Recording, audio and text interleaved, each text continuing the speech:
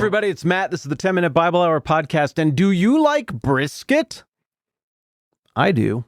I don't think anybody likes brisket more than my wife, though.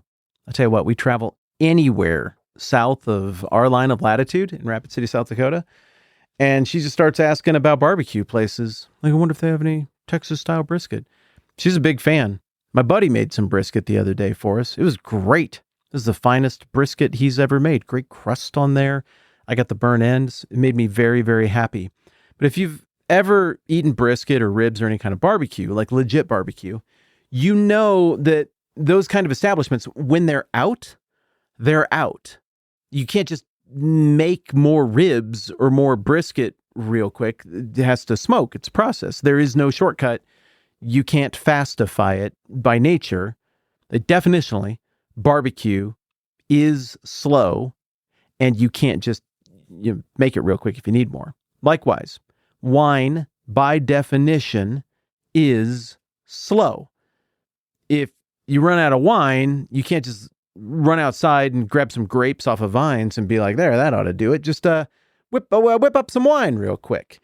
Food like brisket and a beverage like wine, part of the meaning and the richness of them, and why, well, some cultures have discovered brisket, but all cultures discovered wine, is because it takes forethought. It takes planning. And wine is kind of a metaphor for a provision that is a result of forethought and thoughtfulness and care.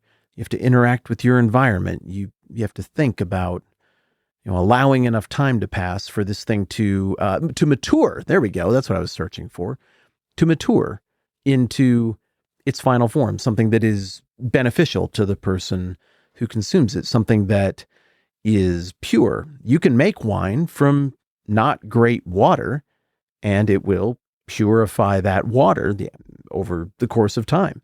Well, again, you can't just purify that water real quick. If you're in the ancient world, at least, that isn't how it works. It would take time and forethought, again, to turn it into wine, to accomplish these things. You get the idea. I'm saying it too long. The miracle in John chapter 2 is all the more awesome. The sign is all the more telling because something that requires forethought and can't be done quickly gets done instantly. It flips, maybe while it's in the servant's cup as they take it to the master of the banquet in John 2:9. That's incredible. It's a very subtle touch that Jesus demonstrates here, but it shows not just power over the molecular, not just power over liquid. He's going to demonstrate power over water and liquid many times, but it demonstrates power over time and purification as well. There's so many more levels of authority baked into this particular sign that without thinking about it carefully, we just might miss. Now, okay, let's think about this. What if the miracle was Jesus turned water into Kool-Aid? Okay, that has super culty overtones. Idiot, Whitman, what are you doing? Okay, well, that's what I went with. Kool-Aid, just forget the cult thing. It wouldn't be that impressive a miracle because you'd be like, well, I can turn water into Kool-Aid pretty quickly. I mean, it's a spoon, a pitcher, and a thing of Kool-Aid, and some sugar. Or I just get one of those packs where I don't even have to mess with all it. Just dump the pack in, and the sugar's already in there. You just stir it. You don't need forethought to make Kool-Aid. You need forethought to make wine. Also, if Jesus had turned water into Kool-Aid, well, guess what? If the water was going to kill you because it's not potable water, it's only good for washing your hands, it's still going to kill you or wreck your digestive system and your outhouse for a few weeks if you make it into Kool-Aid and then drink it. Kool-Aid has no purifying qualities, but the time is what purifies. So Jesus' authority, this is really the second hint in John at Jesus' authority beyond time. The first hint is the whole in the beginning, everything was made through him, and then having that in the beginning in John 1:1 kind of be a throwback to the idea of a week, and then we talked about the days of the week thing that seems to be present from the middle of John 1 to the beginning of John 2. There's hints that he's master of time, that somehow he maybe even operates outside of it if he wants to. But now we're seeing it. This isn't just a substance miracle. This is a time miracle and a purifying miracle. Now, the purifying thing, we've talked about it a bunch over the years. I'm not going to get all the way down into it. But a lot of the weirdest laws I was referencing the other day back deep in the Old Testament, like Leviticus, and you see some in Deuteronomy and Exodus as well. A lot of those laws seem kind of laughable to us today. They get made fun of on the internet. They're good for memeing and stuff. But when you go and look at them, you understand that there's a lot of levels to God calling things pure or impure. I don't totally know why some things are pure and some things are impure, but I do know this. Some things are pure and some things are impure because God is pure, and he wanted to introduce the idea to his people that some things are of God and are pure and some things are not, and that if you want to approach a holy God, well, in the natural state of humanity, we are in a broken, unclean state. So there are steps that God provides deep in the Old Testament to enter into a clean state. That clean and unclean list became exaggerated over the centuries, again in that era between the reforms of Ezra and Nehemiah in the 400s BC up to the time of Jesus. It seems like there was kind of an expansion, an even larger emphasis on clean and unclean and on being ritually pure. That is, in a state relative to sin and behavior, or relative to bodily functions and stages in life that would make one fit to enter into the assembly and participate in the religious life of the community. There were things that are, some things were no fault of your own, like just the regular rhythm of a woman's life, the things that a young man can't control in his dreams when he's very young that would make somebody unclean. Okay, well, then there'd be steps, not horrible steps, but steps that you would take to enter back into a state of ritual cleanliness so that you could come into the presence of God. Well, this doesn't make a ton of sense to us. We don't think in these categories, but to John's original audience, they would have very much thought in those categories. And those stone jars that the water, which got turned into wine, were in, that water was part of this thinking about purification and cleanliness and all of this stuff. Lots of little details and nitpicky things and keeping track of stuff and remembering, did I do this? At one point, I think we've talked here about the idea of straining out a gnat. Like any water you're going to drink, some of the expectation was that you would pour it through a very narrow filter because bugs were unclean, or certain bugs, and you wouldn't want to consume one, but you can't see gnats because they're too small.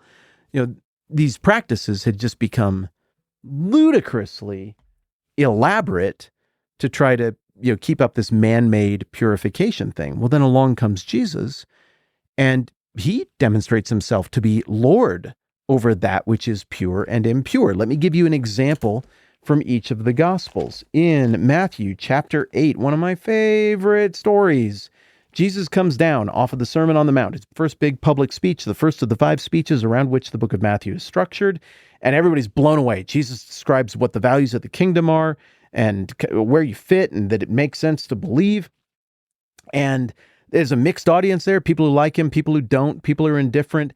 And the final commentary that we get from Matthew on this Sermon on the Mount is, when Jesus had finished saying these things, the crowds were amazed at his teaching because he taught as one who had authority and not as their teachers of the law. And then the very next thing that happens, like, what's your question there? Here's my question. Well, okay, the teaching sounds authoritative. It doesn't sound like a bunch of guessing and speculation. It sounds like he just knows these things to be true.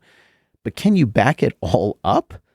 These are big claims. These are big teachings. What authority do you have to say things so authoritatively? Well, the answer comes in the very next 10 or 20 verses with 2 miracles. When he came down from the mountainside, large crowds followed him. A man with leprosy came and knelt before him and said, "Lord, if you're willing, you can make me clean." Well, leprosy was like the most unclean thing you could have. I mean, the guy's not a leper because he's a bad person. He's just happened, clean and unclean. Remember, it's not the same as naughty and nice. It can overlap, but it's not the same, right? So this guy's unclean. He can't go be around people. He can't touch people. There were all kinds of rules, some biblical, some just cultural, about what you do. Everybody had to contend with, what do you do with the lepers, right? Well, this guy this is maximum ceremonially and hygienically unclean. And he comes right up to Jesus. That's a gesture of faith. Lord, if you're willing, you can make me clean. Notice he doesn't even say, like, you can cure my leprosy. His greater concern, based on the way this is phrased, was not, I have this disease and I want it to go away. His greater concern was, this stupid disease effectively cuts me off from the religious life of the community. Now, surely in the grace of God, there were provisions for all of that, but he wants to be clean. He wants to be able to participate in the sacrificial system and all of this other stuff. Jesus reached out his hand and touched the man. Unthinkable. Unthinkable. And he says, I am willing. Be clean. Immediately, the man was cured of his leprosy. Then Jesus said to him, see that you don't tell anyone, but go show yourself to the priest and offer the gift Moses commanded as a testimony to them. You see what he's doing there? He's like, just go do the ceremonial washing. He's referencing a whole set of expectations for, if you have leprosy, you're supposed to go to a priest, you're supposed to be scrutinized. If you're better, he'll be like, all right, you're better. You're readmitted into the community and the religious life of the community. So he tells the guy to follow that very real biblical law from the middle of Leviticus chapter 14. Well, it says it here. Yeah, Leviticus 14, Leviticus 17. And then immediately after that, there's another miracle that, deals with time and space, where Jesus heals somebody by distance, but I won't read that one to you right now. So in the early going of John 2, we are getting the impression that Jesus is master not just over time and preparation and master of the party, but he is greater than the purifying system. He's greater than all of these purification rites and rituals that have existed for so long. It's just a hint in John 2.